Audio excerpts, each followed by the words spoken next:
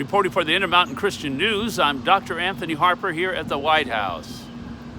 Today at the White House, I was trying to meet with Press Secretary Karine Jean-Pierre. She wasn't in her office, but I did talk with her assistant to ask him to arrange my meeting and interview with her and ask her to call upon me in the press meeting, not only today, but in the future, to address our Jewish and Christian concerns.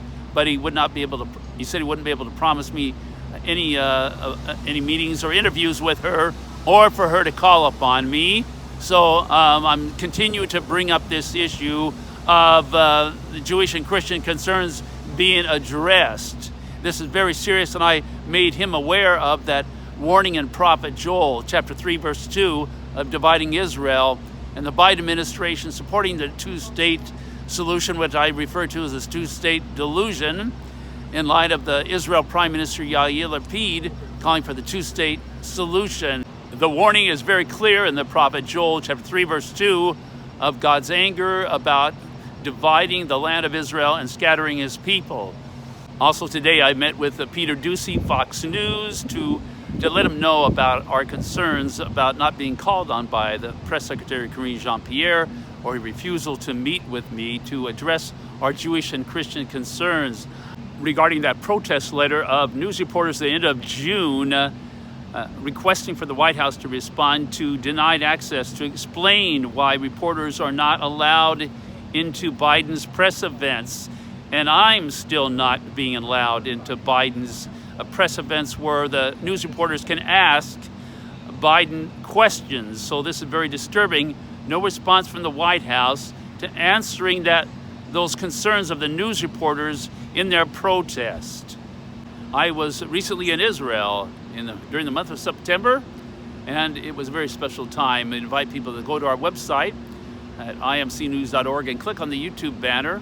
You can also search for Dr. Anthony Harper, Intermountain Christian News. And on our YouTube channel have the recent Israel video interviews. Especially significant was my interviews with an Arab and Jewish doctor and a patient inside the Hadassah Hospital in Jerusalem. Regarding the Hadassah Hospital, I did not witness any apartheid behavior. Really, the issue of apartheid is on the other side.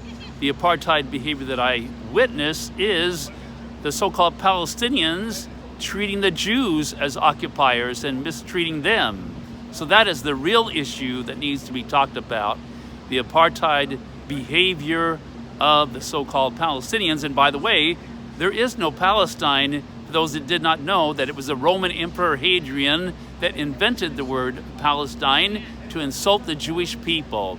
So I've asked the press secretary here before at the White House, if there is no Palestinian race of people, what is the justification of a Palestinian state?